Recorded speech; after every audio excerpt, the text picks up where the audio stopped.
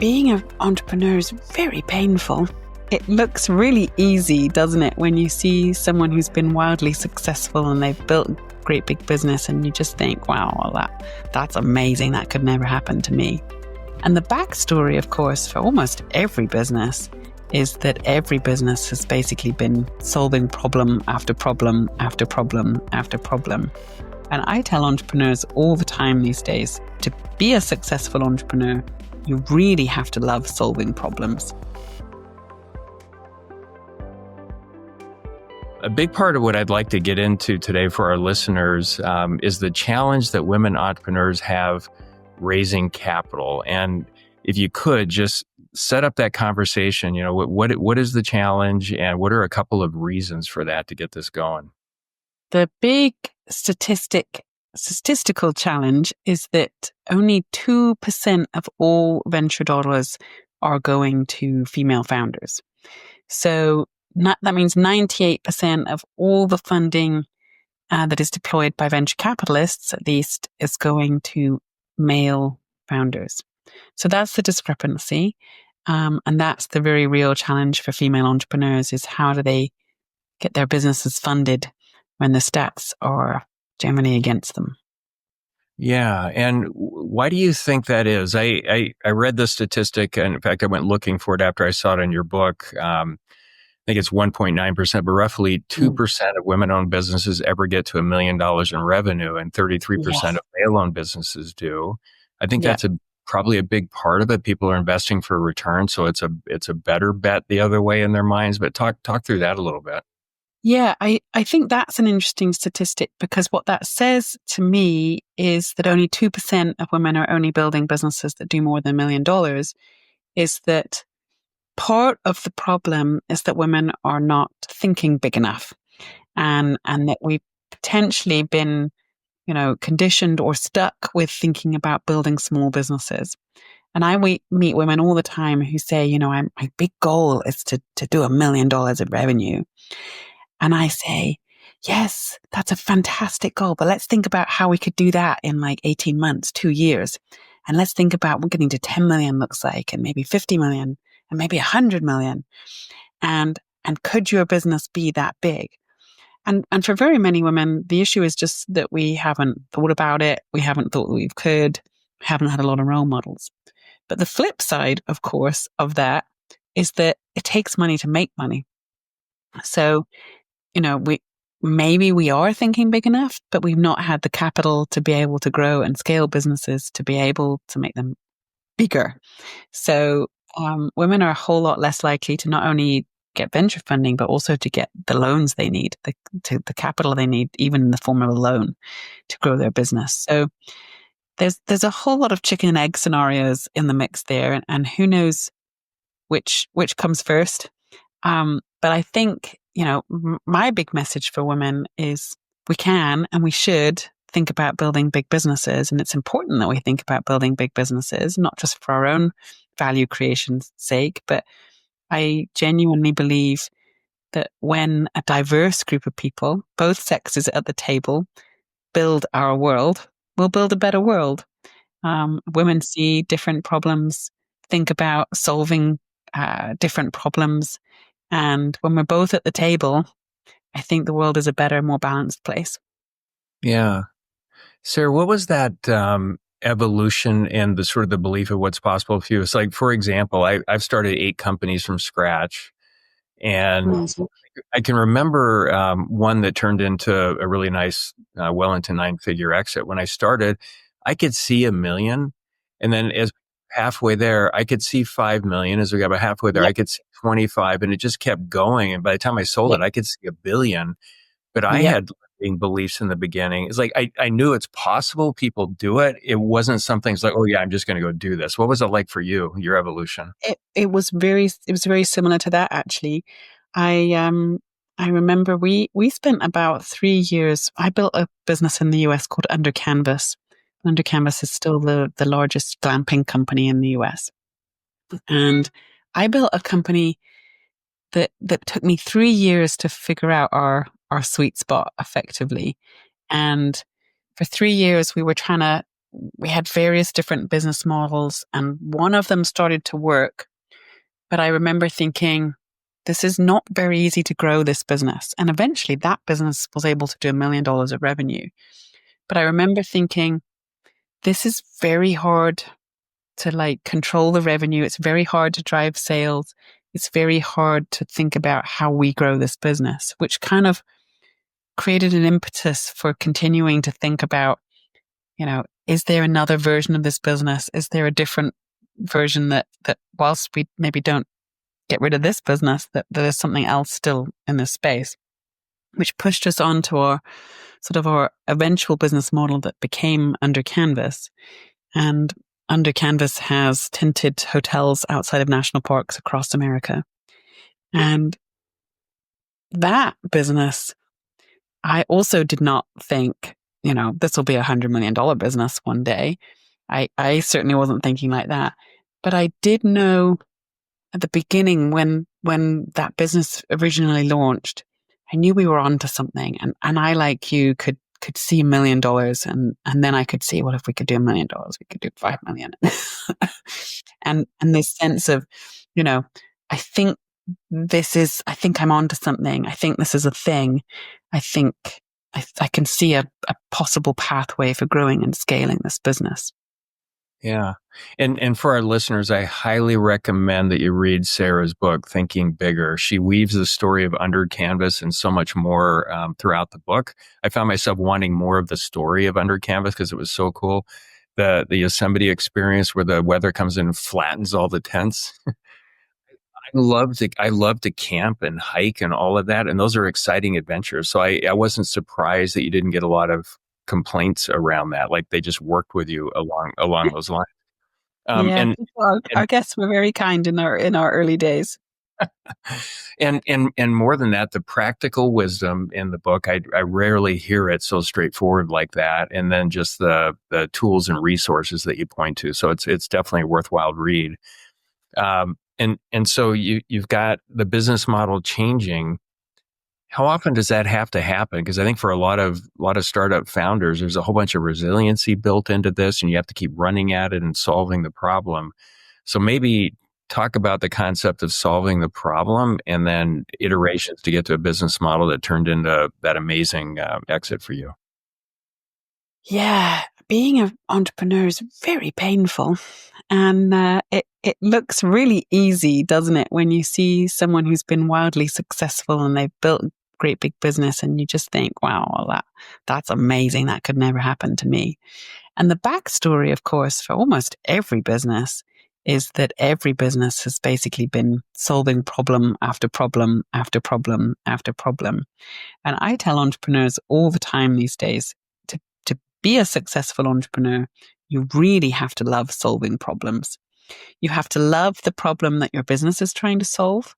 And you have to love the whole idea of being in the trenches, trying to fix things constantly, trying to solve a problem.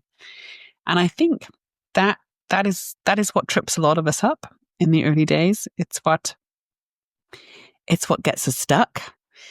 But for those who can overcome, and for those that can see a problem and think, this is just my next stepping stone to moving forward, that's where the opportunity lies. And that's a bit of a mind shift, I think, for many people. Yeah, in the book, you had mentioned that a number of founders don't really understand the problem that they're solving for. How could that happen in your view? That's a crazy line, isn't it? It's like, how can you not understand your problem? But I think that largely happens because when we build businesses, we're often coming at it from trying to earn a living, trying to take something that we've got, trying to make money from it, trying to make something work in our lives. And often founders, unless maybe you've gone to business school and you learned the rule book from the experts, most of us are taking a talent that we have, a resource that we have, some knowledge that we have, some expertise that we've got, and we're trying to turn it into some kind of a business. Without necessarily looking at it from the customer's point of view and saying, what is the problem the customer has that I am trying to solve for. Because when we solve problems for customers, customers usually want our solutions. As long as we've got a good solution and a clear way that we are creating a solution to a very real problem. And I think that's the essence of a business that works. There's a very real problem that is real for many people, and ideally lots of people, and that you are creating something that people want and need, and that you have a solution then that everybody needs and wants, and that creates momentum. So getting really clear on actually what is the heart of the problem, I think is a really brilliant exercise, a really good starting exercise for building a foundation, for building a company that actually has the potential to go somewhere and be something and create something that actually is impactful. Yeah. Yeah. I love that. I spoke not too long ago at a startup conference. In my group, there's probably 35 or so startup entrepreneurs in the room. And it was interesting. The questions at the end of my presentation were along the lines of, what do you need to see in my pitch deck to make you, quote, give us money or give me money? And I talked to just about all of them. And there was only, to your point, there was only one in the room that was super passionate about solving a problem. You could just feel it. And I wanted to learn more if I was going to potentially invest. And for the rest of them, I walked away going, wow, they're playing startup. They're not solving any. Yeah. And I think that's often the case, more often than not, actually, is that we don't have clarity. And when you don't have clarity from the consumer perspective or your buyer or whoever your customer is, it's very, very difficult actually to create a solution that people actually want and need and will pay you money for. And that's an interesting, and maybe the customer is not a consumer, but like, you have to understand this is why we exist. We're in business to do X and Y, and it should be solving some big problem, a problem that affects a lot of people or is a big issue for a lot of people. Yeah.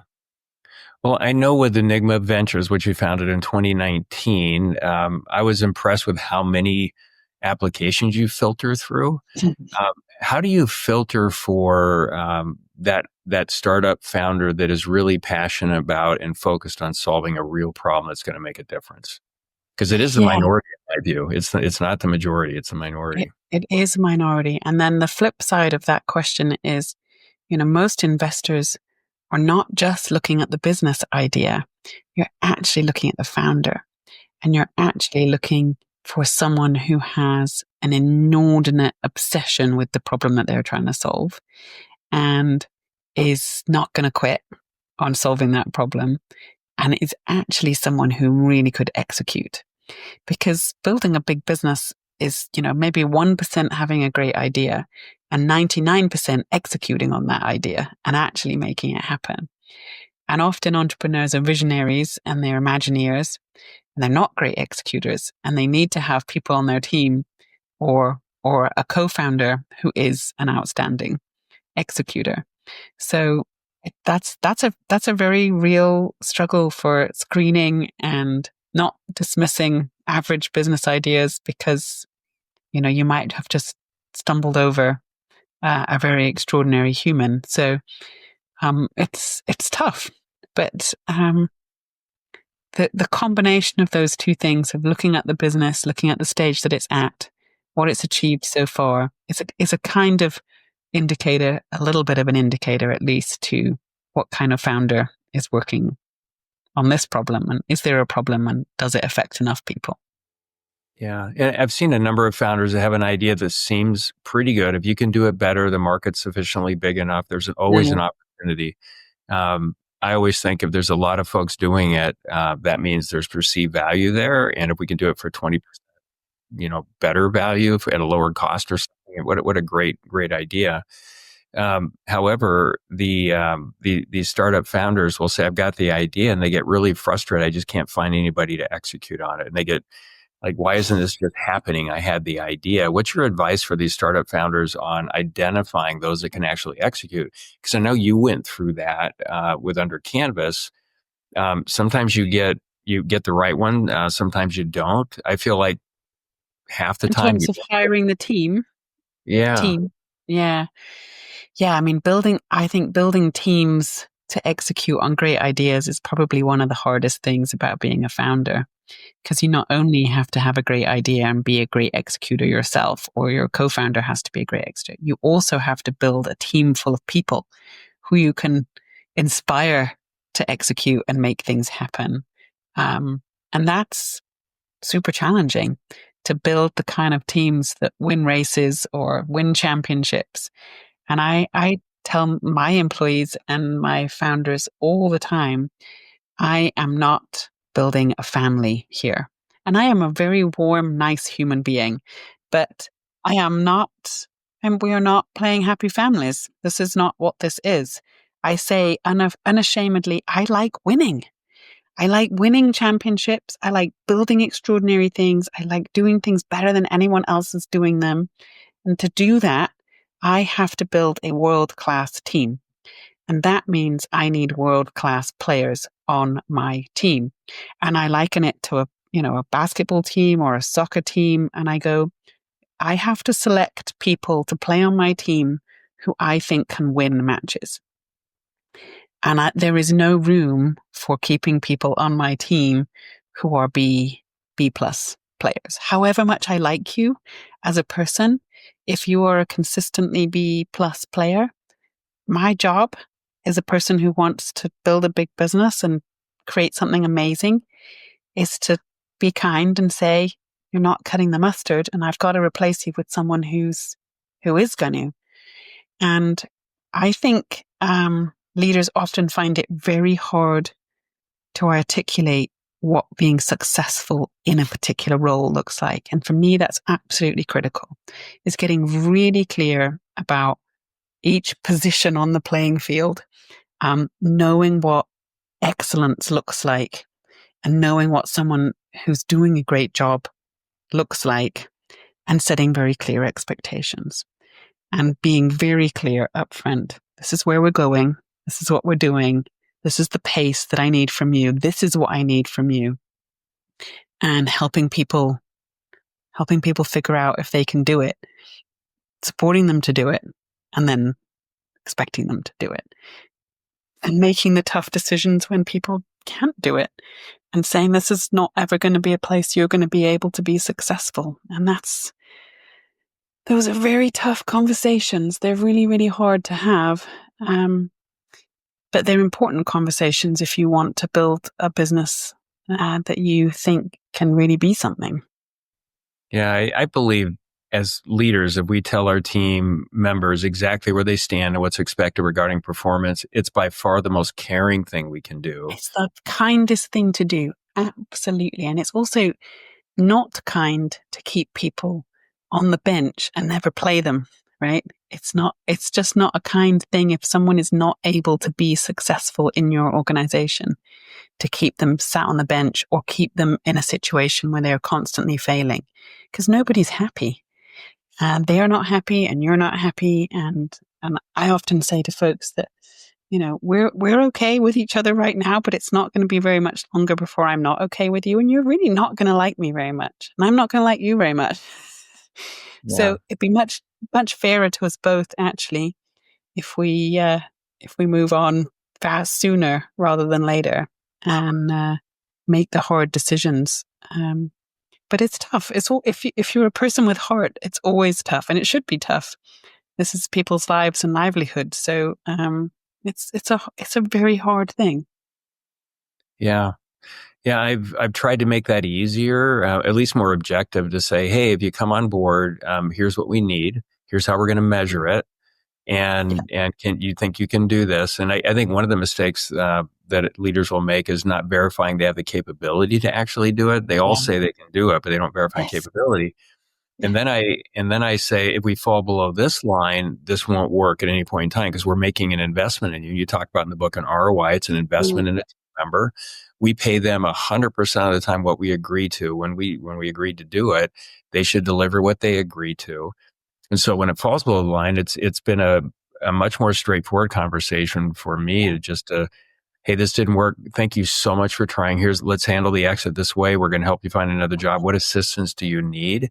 And 9 times out of 10, it goes really well. And 1 time out of 10, they have an emotional response, but it's kind of on them, and I feel for them. But I don't know, is that similar to how you do it? This is what Yeah. we need. Falls below the Yeah, top. that's 100% how I think about it too. And I always think about being generous when it doesn't work out, because someone not being in the right seat is also partly my fault, right? It's my job to pick the right people for the team, and occasionally, and I'm going to get it wrong, and that responsibility is also on my shoulders. So we also think about trying to be as generous as we possibly can with helping people reorientate and transition into a new role, into a new situation. But again, also being very clear. Um, and I think then everybody knows where they're at, and it generally is a much easier conversation and a much more straightforward way to manage people. And I genuinely think that people would much rather know where they're at than be guessing all the time and be worried about whether they're doing a good job or not doing a job, or, how we're not having any clarity on anything. I think it's much better to be clear. Yeah, 100%. And if we leave them there too long, it lowers the productive engagement of everybody else on the team. Like, why is Sarah leaving that person in place for so long when they're not doing what we asked them to Yeah, do? exactly. It just looks bad on you because everyone else is thinking it and everybody else knows it because they're working with that person day in and day out, and they're wondering, what on earth? Why is it not? It's not fair that when we're busting a gut over here and you've got this person over here who's just not not pulling it. And yeah, it looks bad. It looks bad on you, um, to keep people around who are not able to do the job you need them to do. And often the leaders will say, well, I'm working with them because I care about people. I know. And my gosh, that's like the least caring thing you can do. And we Yeah, want that it's the productive. least caring thing you can do for everyone else. Also, Yeah. Yes. Yeah. 100%. um, So the way you're talking about business, I feel like I'm listening to myself, because I think business can be an amazing force for good in the world. And that's the vibe that you have here. And yeah, before that, you had a lot of experience in sort of the nonprofit NGO space. I did. What's the difference between those two in terms of impacting the world from your view? Yeah. Well, I spent about 8 years working for nonprofit organizations in various different parts of the world, first in Africa and then in the Far East. And I went into nonprofit work because I had this very strong drive, a drive I still have, which is I want to change the world. I want to make the world a better place, and I want how I contribute to make a difference. And that has always been for me my biggest driver. And I mistakenly thought the only way you can satisfy that driver is then by working for an organization that's trying to do good in the world. But after 8 years of working for nonprofit organizations, I really got quite frustrated. I was burned out. I definitely hit a wall. And I just kept feeling like I don't feel like we've solved any of the problems um, that we set out to solve, or the issues that we were dealing with through our nonprofit. And the first agency I worked for, we did AIDS education in Africa, and so I was a schools and health worker, and would teach AIDS education, sex education, in various rural districts across Zimbabwe. And I wanted to solve the AIDS crisis. I thought we could solve the AIDS crisis, and obviously, we still have an AIDS crisis, particularly in Africa. And it was one of those things where, like, I want to solve big world problems, but I'm not feeling like the vehicle that I'm in is set up to solve the problems. And just like, without wishing to be political, but as we've seen even in the last month or so in the US, that, you know, what we spend money on can change on a dime. And, philanthropy and charitable giving can change in a blink of a moment. And then the program you're working on is gone. It's over. It's not sustainable. And I started to think about, well, maybe there's another vehicle. And what I realized was that business as a vehicle exists to solve problems. And so I started to think, well, is there a world in which a business could solve a big world systemic problem, like a real problem that matters to the world, not just, whether I get a hot cup of coffee in the morning in a coffee shop kind of a problem. But could business be used as a vehicle for driving change and doing good in the world? And when I first started to think that about 20 years ago, I kind of, it made me shudder, because I thought of business as being like the dark side of the universe, and that making money was evil. And of course it can be, anything and everything can be, good or bad. And, but as a young idealistic 20-something-year-old, I had a very narrow thought process around that. And it was struggled for a long time to reconcile these two ideas. So I went back to school. I went and got a master's degree, and I wrote a thesis, which was basically all about this topic. It was like, could business be a vehicle for doing good in the world? Could business be a force for good? And my conclusion was 100%. Absolutely it could. And maybe actually is better suited to being a force for good in the world in some ways than a nonprofit organization, because maybe we could get to the root of some real issues, solve real problems with a sustainable solution. Because for business to exist, it has to make money. It has to, otherwise you're going to go out of business. And therefore you have to have a sustainable solution. So that was really the impetus that started me on my own business journey, and brought me into social entrepreneurship. Yeah. Well, I like what you said about all things can be either good or bad. Yeah. And I think probably the single biggest deficit on the planet is enough both capable and moral leaders. Yes. Because you can run a business and create a lot of bad in the world. A company can make billions of dollars in a quarter, but take tens of billions out of the world because of the way they did it. I believe the political environment in the U.S. and I think most of the world is largely an environment of rigging the game. Mm-hmm. And it's because we have leaders that aren't really capable of doing what we hired them to do or voted them to do. And they're not making moral decisions. So I've been kicking that around, like, what's the solution to encouraging more leaders to be that way? So I'm doing a ton of work in that space to make it happen. Well, what are your thoughts on that? Because everything could be amazing. Get one, nefarious bad person and it goes off the rails. Yeah. I think a lot about benevolent dictatorship because, in lots of ways, what we need more of in our world is benevolence, right? We need a sense of doing right by all. We're all in this world together, right? We got one planet and we got one life, and we have to figure out a way to live more harmoniously in a more equal way for each other. And I definitely consider myself a capitalist these days. But I definitely believe that social capitalism, this fine line between, for me, it comes down to this idea of balancing profit and purpose. And people, planet, and profit for me go together. And for me, when I'm leading and when I'm thinking about building anything or, encouraging entrepreneurs, I'm thinking about how do we build businesses that don't focus only on one pillar? Because if we focus on the pillar of profit at the expense of people and planet, eventually the world will fall over. We have to kind of hold these three tripods like a three-legged stool in balance with each other. We have to care about the planet. we have to care about people, and we have to care about profit. All those three things go together. And we can see very clearly in our world that when anyone is focused on just one of those things, it doesn't work. It doesn't work so well.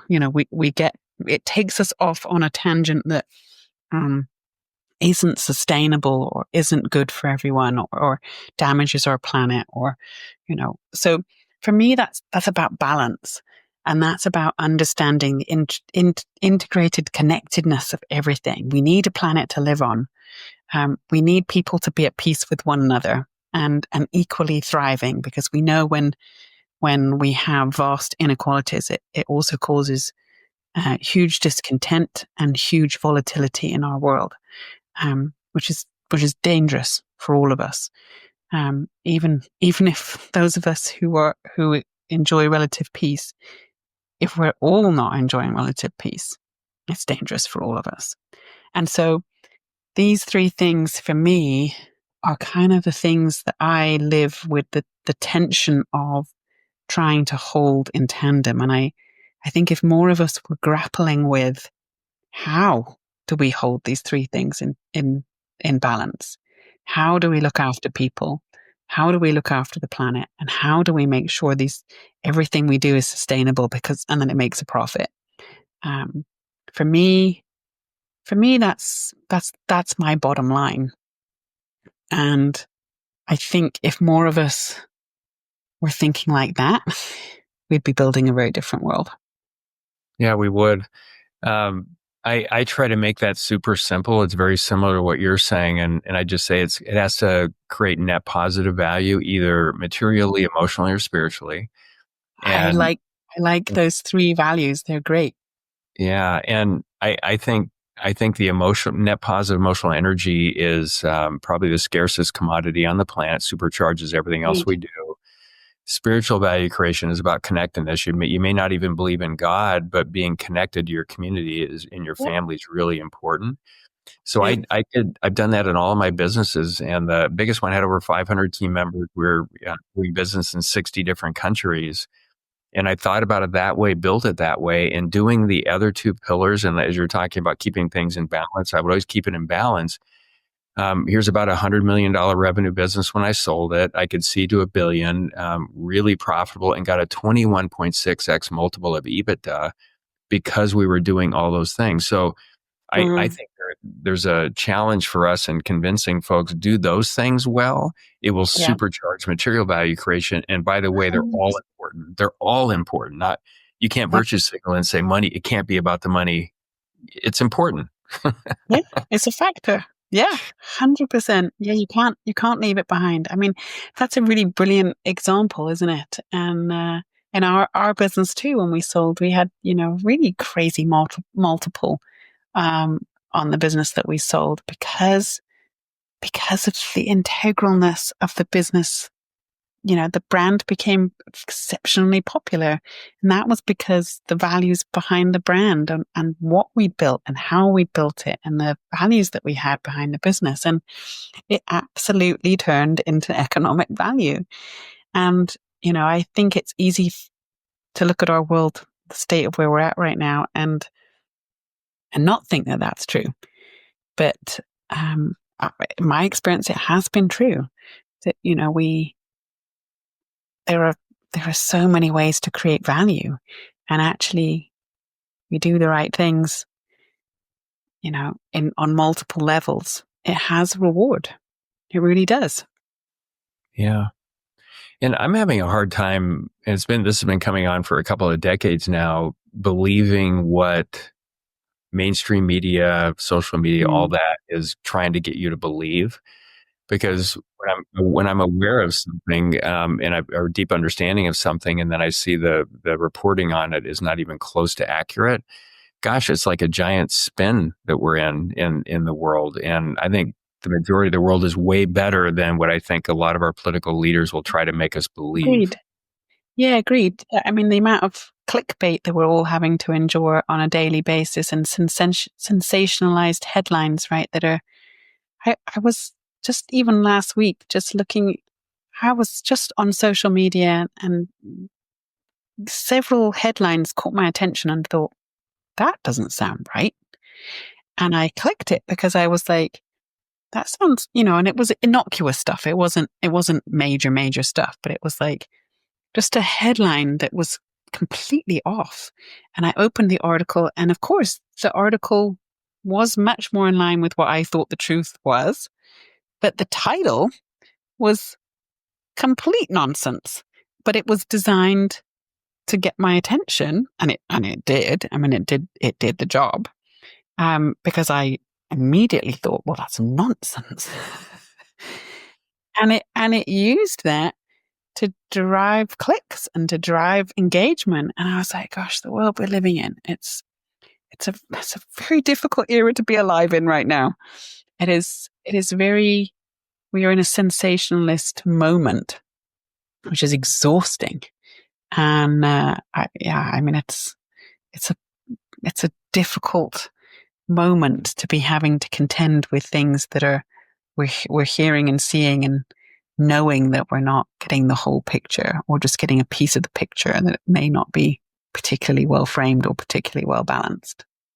Yeah, my advice whenever it comes up with my listeners, folks that I work with, is develop your own filters so you can process this stuff and don't get excited about it. And when somebody that's super smart, enjoy being around this individual, will run at me and say, "Did you see this? I can't believe it."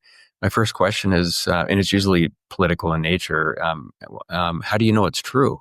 And they don't have anything. They just bought the thing. Yeah. And I think coming up with our own filters can really help with that. And when I step all the way back, I'll just, looking at the US, and you spend half your time here, all the fighting, and this is the state level too, but at the federal level, all the fighting for more money for, education, for health agencies, for military. When I look at the macro view, and we're talking about outcomes for startup businesses and being really clear about it, they're all objectively getting worse, and in proportion to how much more money we put into it. So Yes. I'm all for timeout. Yeah. I have so many examples in aerospace of going to government facilities, and we can repair things for a fraction of the cost of new. And they're Yes. throwing away hundreds of millions of dollars of stuff that we could fix for 10 million bucks in total. We need to do a better job and pay attention to this kind of stuff, in my view. I don't know what your take is, but we're getting worse the more money we spend on things. Yeah. Well, that's a really interesting startup point, right? Which takes us back to the whole idea of funding being absolutely essential for growing and scaling businesses. Because what I often say to that is, often too much money too soon is a bad thing. And by that, I mean, when we are lacking resources, it forces creativity. And when you can't just go buy a new one, or you don't have enough money to do the marketing strategy that everybody says you must do, it forces you to be a whole lot more creative. And it's when we're creative that we find magic sweet spots, and we find paths that no one else has found. And we are able to achieve things that no one else has achieved or no one else could do. And often, what we think is to our detriment, we can use to our advantage if we can lever it the right way. And so I often say to the entrepreneurs that I work with, it's not, the venture capital game often has been a game of who raises the most fast enough, who raises more faster. And actually, sometimes that is not helpful, because you can throw money at problems and not actually figure out solving them. And what not having a lot of money does is often forces us into a situation where we have to be more mindful, we have to be more creative, and we have to come up with better, smarter strategies. So whilst I have just written a book about how to talk the talk and raise funding, and play the funding game, I also think there's wisdom in building profitable businesses, not having high burn rates because you've raised a lot of capital and you've got a lot of overhead, but keeping things smart and using your limitations to your advantage. Yeah. Yeah. I think not having money makes us smarter. We have no choice, kind of to your point, Yes, or we're done. And I've yet for my personal companies, I've never had to raise a dollar. I just went out and got the work, collected as fast as I could so we could pay the bills, and it built into something amazing. But the discipline around that, I find a lot of folks don't have the discipline to 100%.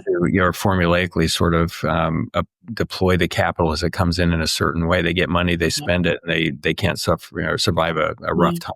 Yeah. Well, that's how we end up seeing companies IPO who have not become profitable yet, right? That can be worth billions of dollars and actually still have no idea how they're going to make any money. That is a crazy scenario to me, that we can build, billion-dollar companies that actually have no inherent profitability whatsoever and no pathway to profitability either. And often we see companies like that IPO and then completely tank, because they can't figure it out. They can't get there. And so, the higher valuation, it's not necessarily the end game. The end game is building in my mind at least, is building a business that could last. Building a business that could go on solving that problem that you're solving for generations to come, and evolving as the problem evolves and as you solve it and the problem changes. And building a business that, keeps driving change and keeps making the world a better place. Yeah. I've always loved the idea of recession proofing. And I think about that in Yes. every business that I've ever built. And there's so many cool ways to, like in aerospace, we were repairing and overhauling parts. So if you operated an aircraft, our mission was safely reducing aircraft operating costs. And I thought, well, gosh, if times get really tough in the aviation industry, or there's a global recession, they're going to be more incentivized to repair. So we're going to probably grow during that time. And when times are good, we can still sell that, and it's a good deal for them from a cash flow standpoint. And it worked beautifully. Our competitors Mm. dropping like flies, and we're flying along. You talk about that in your book. What's your philosophy around recession proofing and how to think about moving in that direction? Because there's no end to, I think, how far we can go that way. Yeah. I now think about recession proofing and pandemic proofing. um, um, and we built under canvas during the last great financial crash of 2007 and 8. And and then of course when COVID rolled around in 2020, I did not set out to build a pandemic and recession proof business, but that was exactly what we ended up with, because what we discovered was Americans no longer able to travel abroad still wanted to travel to outdoor destinations, drive to destinations from their homes in the US. And again, in a recession, people have less money to spend. So what's the first thing to go? A foreign holiday. So a domestic product did very, very, very well. But I often say to the entrepreneurs I'm working with now, if the economic times were different, or if our borders closed again, how would your business fare? What would you do differently? Is there something that you would do differently? What would you change? Because it is worth constantly thinking about, what if the economics of our world don't look like they did yesterday, today? And how prepared am I for that? And how would we withstand? And I think it's a really great question to think about in good times, because it helps us prepare for the inevitable difficult times. And, even just economic cycles, they're about 10 to 15 years long. So, you know, literally by like clockwork, we see a reset, every 10 to 15 years. And so the trick is, catching the economic cycle at the right time, being prepared for a downturn, and thinking about how do we build a business that works even when we're not in a boom cycle. What does that look like? Yeah. How will you do when things are going really well, flat or down, Yeah, and go through that? And so every business I think about, that's a question. It's so important, for all of them. it I, is. want to get into it's amazing how fast the time's flying here. I want to get into the limiting beliefs piece. So here's a short version of something I'm working. One of my clients had a kids fintech sort of banking company that didn't go, and there was close to $15 million invested. And the board asked me to come in and what would we do? And I said, well, we need to go a different direction. I have a business model over here, and so I took it over. They raised an additional $3 million, and that was May of last year. So new business model. The three leaders that are basically running the main aspects of this business are all women. And it took me probably 3 or 4 months to have the conversations around, of course you can. Like even our COO, well, I'm only 23, 24. I shouldn't be doing this. Of course you can. Like one of the partners in my current consulting business, ETW, before he passed was Jack Welch. And he told me, and I shared this, if you're not in his business, GE at the time, if you weren't running $1 billion in business before you were 30, you had no shot at senior leadership or CEO. So go for it. But after a few months of those conversations, they're acting like the CEO of their roles and they're flying. And so in 9 months, they have 60,000 in recurring monthly revenue. And it'll be 3 or 4 times that by the end of this year, plus one-time revenue that's about equal to that in sales that are happening. They did that. And so what's your advice for women to bust through limiting beliefs about what they can actually do? Well, partly one of the reasons I wrote my book was because of recognizing very recurring, very strong themes of limiting beliefs that many, many women carry.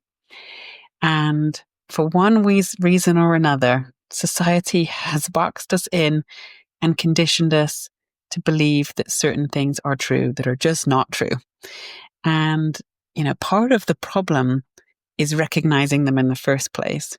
And so I wanted to write about them to help women actually recognize and see yourself and see your own thought process, maybe in the stories of other women. And sometimes we can't see it until we can see it, and it's right in our faces. And I know the moment we have awareness, the moment we start to have an understanding of, oh, that is something that I do, that is a pattern that I am in, we can't do anything about unraveling it. So for me, awareness is the beginning, like just recognizing that was a problem. I realized about myself, like just even 2 or 3 weeks ago, that I had a pattern when negotiating something or fighting for something that I believed was a good thing, whether that's a big business strategy or an argument with my husband, or, there were so many situations I could see this playing out, that I would relinquish my opinion too soon. In that I would, I noticed multiple times in the space of 1 month where I started to become aware that every so often I would, if I had a strong opinion I would stop fighting for my strong opinion just a fraction too soon, and I would give in because I would believe that the other person, whoever it was, probably knew better than I did. And 9 times out of 10, I was right.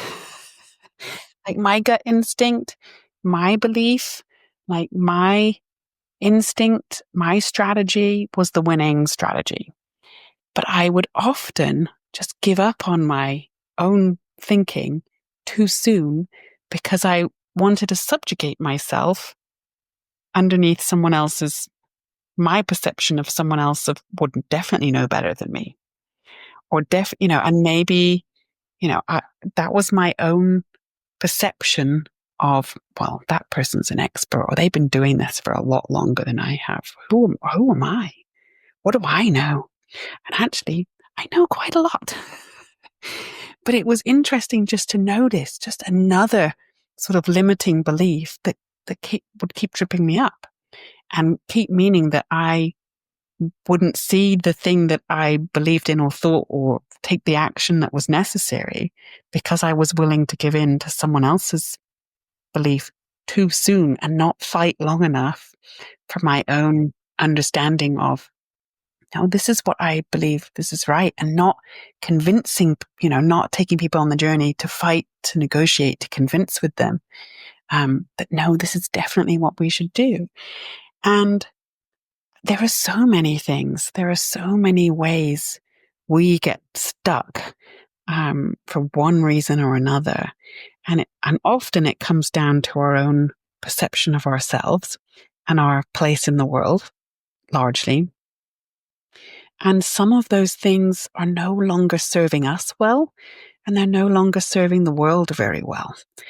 And that's why it's important to recognize our own limiting beliefs. And that's why we need allies and champions and helpers and books to help us see them and help us have a new thought, a thought that is going to work better for us and the people alongside us and the companies that we build. Because, in your example, that's a company failing right there with limiting beliefs, right? These things have very, very big consequences. And often we don't realize that. And we get ourselves stuck and we get our companies stuck. So I think for women in particular, we can say the funding gap is a big problem, and it is. And we can say thinking small is a big problem, and building small businesses and not thinking about building big businesses is a problem, and it is. But I think the number one issue for women is in between our own ears. It's what we think and we believe and what we perceive is possible in the world. And that has an inordinate impact on us. Yeah. Powerful. And for a lot of men that I know, their biggest limiter is between their ears as well. What they think is and isn't possible. I think it's across the board. My filters, as I evolve, and I love the way you talk about it in the book, I'll just paraphrase. It's like you don't grow in wisdom and capability just because you get older. You actually have to lean in and do stuff to really grow. But if you apply math, common sense, logic, facts, and reason to it, is it justified what I'm thinking or not? And if not, and it doesn't help the value that I'm trying to create, I ignore it. And now it almost doesn't do anything to me, but it took me a couple of decades of working on that to get it to that point. Like it's a lot of work, right? That's the work, right? And it's the awareness is the work. And I so believe that our businesses can only grow as fast as we can grow. Like what kind of a leader and what kind of company we can build really is affected by how fast we are growing and how fast we are evolving and changing. And so it's really, really worth doing the work on yourself. It's really, really worth having a coach, a mentor, a therapist to work with you on the things that trip you up and become more aware of the things because half the time we don't even know what's tripping us up. We don't even understand what's tripping us up. And that's when working with other people to help you grow is, I think, really, really critical. Yeah. You mentioned being part of peer advisory groups, and mentors and all that in the book as well. I've been part of groups like that for over 40 years with overlap. I'm 63, and huge value there. Great community. There's lots of potential. Some are better than others, and a lot of it depends on the group and the chairs that we have. But I agree, it's important. And the mentors are everywhere, right? It could be a book that you read, reading your book. I've already recommended it to a number of folks that have bought it. So thank you. Super practical, highly valuable. Recommend it for all the listeners here today to pick up the book, Thinking Bigger. Back to the entrepreneurs a little bit, the folks that are starting out. I think about it. You've got the idea, and then you have to prove scalable traction, and then you have to package to scale, and then you have to scale. And I feel like each one of those stages is equally hard, and maybe the idea stage is the hardest because you really have to think through it. Going through how would you think about that and sort of evolving, getting the idea right? Yeah. I think often what holds us back from getting the idea right is being worried about failing. And I have now realized the faster we can fail, or put in other words, the faster we can test something and figure out that did not work, the faster we can find the thing that will. And so, in terms of this sort of early phase of a business's life where you're trying to find your sweet spot, you're trying to find your magic formula, you're trying to find the thing that's going to be a thing, um, you have to fail a lot.